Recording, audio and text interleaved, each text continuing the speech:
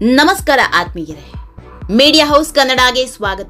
ಯಾವುದೇ ಪಕ್ಷ ಆಗಿರಲಿ, ಅಲ್ಲಿರೋ ಒಬ್ಬ ಮಾಸ್ ಲೀಡರ್ ತಿರುಗಿ ಬಿದ್ರೆ ಏನಾಗುತ್ತೆ ಅನ್ನೋದಕ್ಕೆ ರಾಜಕೀಯದಲ್ಲಿ ಆಗ್ತಾ ಇರೋ ಬೆಳವಣಿಗೆಗಳೇ ಜಸ್ಟ್ ಎಕ್ಸಾಂಪಲ್. ಸಿದ್ದರಾಮಯ್ಯ ಅನ್ನೋ ಜನನಾಯಕನನ್ನ ಕೆಳಗಿಳಿಸಿದ್ದು ಕಾಂಗ್ರೆಸ್ಗೆ ನುಂಗಲಾರದ ತುತ್ತಾಗಿ ಪರಿಣಮಿಸಿದೆ.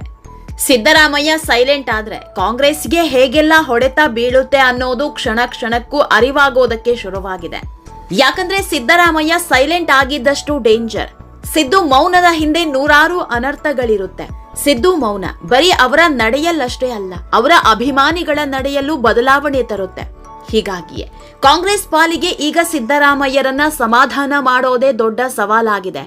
ಅದರಲ್ಲೂ ಡಿಕೆಶಿಗಂತೂ ಸಿದ್ದರಾಮಯ್ಯ ಮನವೊಲಿಸೋದೇ ಅಗ್ನಿ ಪರೀಕ್ಷೆಯಾದಂತಾಗಿದೆ. ಹೀಗಾಗಿಯೇ ಹೋಗಿ ಬಂದು ಸಿದ್ದರಾಮಯ್ಯರನ್ನ ಭೇಟಿ ಮಾಡ್ತಾ ಇದ್ದಾರೆ. ಯಾವುದೇ ನಿರ್ಧಾರ ತಗೋಬೇಕಿದ್ರು, ಯಾವುದೇ ಹೆಜ್ಜೆ ಇಡಬೇಕಿದ್ರು ಸಿದ್ದು ಇಲ್ಲದೆ ಯಾವುದೂ ಆಗ್ತಾ ಇಲ್ಲ. ಆದ್ರೆ ಸಂಪುಟ ವಿಸ್ತರಣೆಯಲ್ಲಿ ಸಿದ್ದರಾಮಯ್ಯ ಹೇಳಿದವರಿಗೆ ಸ್ಥಾನ ನೀಡಲ್ಲ ಅನ್ನೋ ಒಂದೇ ಒಂದು ಸಿಟ್ಟು ಇಡೀ ಕಾಂಗ್ರೆಸ್ನಲ್ಲೇ ಅಲ್ಲೋಲ ಕಲ್ಲ ಸೃಷ್ಟಿ ಮಾಡಿದೆ. ಪಕ್ಷದೊಳಗೆ ಅಸಮಾಧಾನ ಅನ್ನೋದು ಹೊತ್ತಿ ಉರಿತಿದ್ರು ಸಿದ್ದರಾಮಯ್ಯ ಬಾಯಿ ಬಿಡ್ತಿಲ್ಲ. ಒಬ್ಬರನ್ನ ಸಮಾಧಾನ ಮಾಡೋ ಕೆಲಸಕ್ಕೆ ಕೈ ಹಾಕ್ತಾ ಇಲ್ಲ. ಅಕ್ಷರಶಃ ಮೌನ ಯುದ್ಧ ಸಾರಿದ್ದಾರೆ. ಇದೇ ಸಿಎಂ ಡಿಕೆಶಿಗೆ ದೊಡ್ಡ ತಲೆನೋವಾಗ್ತಾ ಇರೋದು. ಸರ್ಕಾರ ರಚನೆಯಾಗಿ 2.5 ತಿಂಗಳಾಗ್ತಾ ಬಂತು. ಸಂಪುಟ ವಿಸ್ತರಣೆಯಾಗಿ 15 ದಿನ ಆಗ್ತಾ ಬಂತು. ಇನ್ನೂ ಖಾತೆ ಹಂಚಿಕೆ ಆಗಿಲ್ಲ. ಇದಕ್ಕೆ ಕಾರಣ ಪಕ್ಷದಲ್ಲಿನ ಅಸಮಾಧಾನ. ಇದು ತಣ್ಣಗಾಗಬೇಕು ಅಂದ್ರೆ ಸಿದ್ದು ಸರಿಯಾಗಬೇಕು. ಈ ಎಲ್ಲ ಬೆಳವಣಿಗೆ ಹೊತ್ತಲ್ಲೇ ಸಿದ್ದರಾಮಯ್ಯ ದೊಡ್ಡ ಸಂದೇಶ ರವಾನಿಸಿದ್ದಾರೆ. ನಾನು ಸೂಚಿಸಿದವರಿಗೆ ಸಚಿವ ಸ್ಥಾನ ಕೊಡಿ, ಇಲ್ಲ ಅಂದ್ರೆ ಅಧಿವೇಶನಕ್ಕೆ ಬರೋದಿಲ್ಲ ಅಂತ ಎಚ್ಚರಿಕೆ ನೀಡಿದ್ದಾರಂತೆ. ಇದು ಕಾಂಗ್ರೆಸ್ ಪಾಲಿಗೆ ಅಗ್ನಿ ಪರೀಕ್ಷೆಯನ್ನ ತಂದೊಡ್ಡಿದೆ. ಹಾಗಾದ್ರೆ ಸಿದ್ದು ಇಟ್ಟ ಡಿಮ್ಯಾಂಡ್ ಏನು? ದಿಲ್ಲಿ ನಾಯಕರು ಮಾಡ್ತಿರೋ ಅದಲು ಬದಲು ಪ್ಲಾನ್ ಏನು? ಈ ಬಾರಿಯೂ ಸಿದ್ದು ಹೇಳಿದಂತೆ ಆಗುತ್ತಾ? ಇದೆಲ್ಲದರ ಬಗ್ಗೆ ಹೇಳ್ತಾ ಹೋಗ್ತೀವಿ. ಈ ವಿಡಿಯೋನ ಸ್ಕಿಪ್ ಮಾಡದೆ ಕೊನೆವರೆಗೂ ನೋಡಿ. ನಮ್ಮ ಚಾನೆಲ್ನ ಸಬ್ಸ್ಕ್ರೈಬ್ ಮಾಡೋದನ್ನ ಮರಿಬೇಡಿ. ಆತ್ಮೀಯರೇ, ಕಾಂಗ್ರೆಸ್ನಲ್ಲಿ ಒಬ್ಬರ ಮೇಲೊಬ್ಬರಿಗೆ ಅಸಮಾಧಾನ ಜಾಸ್ತಿ ಆಗ್ತಾನೆ ಇದೆ. ಡಿಕೆಶಿ ಕಡೆ ಇದ್ದವರಿಗೆ ನಮ್ಮ ನಾಯಕನಿಂದ ನಮಗೆ ಸ್ಥಾನಮಾನ ಸಿಗಲಿಲ್ಲ ಅನ್ನೋ ಅಸಮಾಧಾನ, ಹಾಗೆ ಸಿದ್ದರಾಮಯ್ಯ ಬಣದಲ್ಲಿದ್ದವರಿಗೂ ಇದೇ ಸಿಟ್ಟು ಹೊಗೆಯಾಡ್ತಾ ಇದೆ. ಅದೇ ರೀತಿ ಸಿದ್ದು ಹಾಗೂ ಡಿಕೆಶಿಗೂ ಕೂಡ ಹೈಕಮಾಂಡ್ ಮೇಲೆ ಬೇಸರ ಶುರುವಾಗಿದೆ. ಯಾಕಂದ್ರೆ ತಾವು ಹೇಳಿದವರಿಗೆ ಮಣೆ ಹಾಕ್ತಿಲ್ಲ ಅನ್ನೋದು. ಹೀಗೆ ಒಬ್ರಿಗೊಬ್ಬರ ಮೇಲೆ ಅಸಮಾಧಾನ ಹೊಗೆಯಾಡ್ತಿರೋದು ಕಾಡ್ಗಿಚ್ಚಾಗಿ ಕಾಡೋ ಮುನ್ಸೂಚನೆ ನೀಡ್ತಾ ಇದೆ. ಪಕ್ಷದೊಳಗೆ ಎಷ್ಟೇ ಅಸಮಾಧಾನ ಇದ್ರೂ ಸಿಎಂ ಡಿಕೆಶಿಗೆ ದೊಡ್ಡ ಸವಾಲಾಗಿರೋದೇ ಸಿದ್ದರಾಮಯ್ಯ ಅವರ ಮೌನ ಸಂದೇಶ. ಇದನ್ನ ಡಿಕೆಶಿಗೆ ಅರ್ಥ ಮಾಡ್ಕೊಳ್ಳೋದಿಕ್ಕೆ ಆಗ್ತಾ ಇಲ್ಲ. ಡಿಕೆಶಿ ಬರೀ 2 ವರ್ಷದ ಸಿಎಂ ಆಗೋದಕ್ಕೆ ಅಧಿಕಾರಕ್ಕೇರಿಲ್ಲ. ಮುಂದಿನ ಚುನಾವಣೆಯಲ್ಲೂ ತಮ್ಮದೇ ಪಕ್ಷವನ್ನ ಅಧಿಕಾರಕ್ಕೆ ತಂದು ತಾವೇ ಮುಂದಿನ 5 ವರ್ಷವೂ ಸಿಎಂ ಆಗಬೇಕು ಅನ್ನೋ ಕನಸು ಕಾಣ್ತಿದ್ದಾರೆ. ಈ ಕನಸು ನನಸಾಗಬೇಕು ಅಂದ್ರೆ ಸಿದ್ದರಾಮಯ್ಯ ಜೊತೆಗೆ ನಿಲ್ಲಲೇಬೇಕು. ಒಬ್ಬಂಟಿಯಾಗಿ ಹೋಗಿ ಪಕ್ಷವನ್ನ ಅಧಿಕಾರಕ್ಕೆ ತರೋದು ಕಷ್ಟ.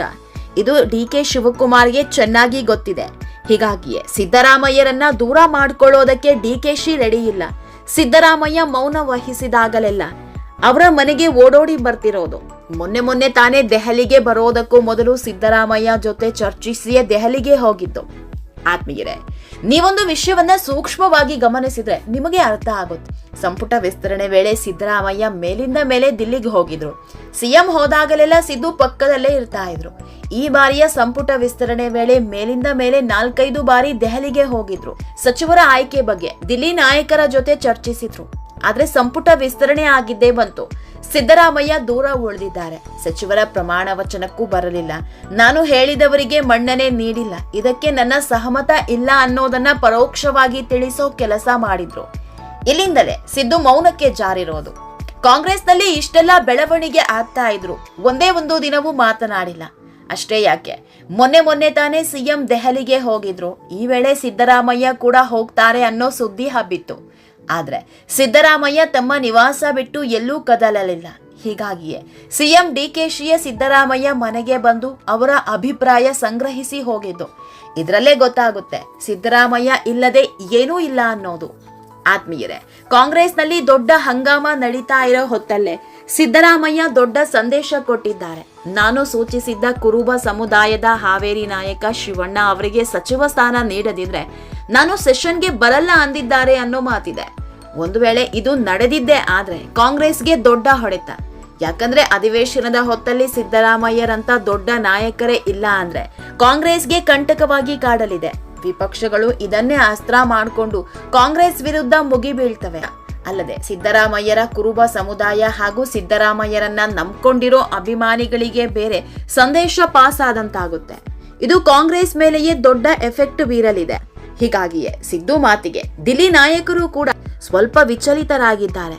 ಸಿದ್ದರಾಮಯ್ಯರ ಮುನಿಸು ತಣಿಸೋದಿಕ್ಕೆ ಅಂತಾನೆ ಹೊಸ ಪ್ಲಾನ್ ಮಾಡಿದ್ದಾರೆ. ಆತ್ಮೀಯರೇ, ಕಾಂಗ್ರೆಸ್ನಲ್ಲಿ ಸಂಪುಟ ವಿಸ್ತರಣೆ ಏನೋ ಆಗಿದೆ. ಆದ್ರೆ ಈ ಸಂಪುಟಕ್ಕೆ ಸಣ್ಣ ಸರ್ಜರಿ ಆಗೋದು ಗ್ಯಾರಂಟಿ. ಸಿದ್ದರಾಮಯ್ಯರ ಬೇಡಿಕೆಯಂತೆ ಕುರುಬ ಸಮುದಾಯದ ನಾಯಕ ಶಿವಣ್ಣರಿಗೆ ಸಚಿವ ಸ್ಥಾನ ಸಿಗೋದು ಗ್ಯಾರಂಟಿ. ಇದರ ಜೊತೆಗೆ ಒಂದಿಷ್ಟು ಅದಲಿ ಬದಲಿ ಆಟವೂ ನಡೆಯಲಿದೆ. ಈಗಾಗಲೇ ಸಚಿವರಾಗಿರೋ ಬಾಲಕೃಷ್ಣರನ್ನ ಸಚಿವ ಸ್ಥಾನದಿಂದ ಕೆಳಗಿಳಿಸ್ತಾರೆ ಅನ್ನೋ ಮಾತಿದೆ. ಬಾಲಕೃಷ್ಣರನ್ನ ಕೆಳಗಿಳಿಸಿದ್ರೆ ಅಷ್ಟೊಂದು ದೊಡ್ಡ ಸಮಸ್ಯೆ ಆಗಲ್ಲ. ಯಾಕಂದ್ರೆ ಬಾಲಕೃಷ್ಣ ಡಿಕೆಶಿ ಪರಮಾಪ್ತ. ಹೀಗಾಗಿ ಸಮಾಧಾನ ಮಾಡೋದು ಕಷ್ಟ ಅಲ್ಲ. ಇವರ ಸ್ಥಾನವನ್ನ ಪಕ್ಷದ ವಿರುದ್ಧ ಸಿಡಿದೆದ್ದಿರೋ ಕೃಷ್ಣಪ್ಪರಿಗೆ ನೀಡ್ತಾರೆ ಎನ್ನಲಾಗ್ತಾ ಇದೆ. ಇನ್ನು ದೊಡ್ಡ ಹಗರಣದ ಆರೋಪ ಹೊತ್ತಿರೋ ಸಚಿವ ನಾಗೇಂದ್ರ ವಿರುದ್ಧ ದಿನೇ ದಿನೇ ಆಕ್ರೋಶ ವ್ಯಕ್ತ ಆಗ್ತಾ ಇದೆ. ಬಿಜೆಪಿ ನಾಯಕರಂತೂ ನಾಗೇಂದ್ರರನ್ನ ಕೆಳಗಿಳಿಸೋವರೆಗೂ ಬಿಡಲ್ಲ ಅನ್ನೋ ಹಠಕ್ಕೆ ಬಿದ್ದಿದ್ದಾರೆ. ಹೀಗಾಗಿ ಇವರನ್ನ ಕೆಳಗಿಳಿಸಿ ಇವರ ಜಾಗಕ್ಕೆ ಅನ್ನಪೂರ್ಣ ಅವರನ್ನ ತಂದು ಕೂರಿಸ್ತಾರೆ ಅನ್ನೋ ಮಾತಿದೆ. ಇದರ ಜೊತೆಗೆ ಹಿರಿಯ ನಾಯಕ ಮುನಿಯಪ್ಪರ ಸ್ಥಾನವನ್ನ ವಾಪಸ್ ಪಡೆದು ಅವರ ಮಗಳನ್ನ ಮಂತ್ರಿ ಮಾಡ್ತಾರೆ ಎನ್ನಲಾಗ್ತಾ ಇದೆ. ಒಂದು ವೇಳೆ ಇದು ಸಾಧ್ಯ ಆದ್ರೆ ಇಬ್ಬರು ಮಹಿಳೆಯರಿಗೆ ಸಚಿವ ಸ್ಥಾನ ನೀಡಿದಂತಾಗುತ್ತೆ. ಇನ್ನು ಈಗಾಗಲೇ ಖಾಲಿ ಇರೋ ಒಂದು ಸ್ಥಾನವನ್ನ ಸಿದ್ದರಾಮಯ್ಯ ಸೂಚಿಸಿರೋ ಶಿವಣ್ಣಗೆ ನೀಡ್ತಾರೆ ಅನ್ನೋ ಮಾತಿದೆ. ಇದೇ ರೀತಿ ಆದಲ್ಲಿ ಮಾತ್ರ ಒಂದು ಹಂತಕ್ಕೆ ಆಕ್ರೋಶ ಕಮ್ಮಿ ಆಗಬಹುದು. ಇಲ್ಲ ಅಂದ್ರೆ ಪಕ್ಷಕ್ಕೆ ದೊಡ್ಡ ಡ್ಯಾಮೇಜ್ ಆಗೋದ್ರಲ್ಲಿ ಅನುಮಾನವೇ ಇಲ್ಲ. ಆತ್ಮೀಯರೇ, ಈ ವಿಡಿಯೋ ನಿಮಗೆ ಇಷ್ಟವಾದಲ್ಲಿ ಲೈಕ್ ಮಾಡಿ, ಶೇರ್ ಮಾಡಿ, ಕಾಮೆಂಟ್ ಮಾಡಿ. ಇನ್ನೂ ನಮ್ಮ ಚಾನೆಲ್ನ ಸಬ್ಸ್ಕ್ರೈಬ್ ಮಾಡಿಲ್ಲ ಅಂದ್ರೆ ಮಿಸ್ ಮಾಡಬೇಡಿ, ಈಗಲೇ ಸಬ್ಸ್ಕ್ರೈಬ್ ಮಾಡಿ.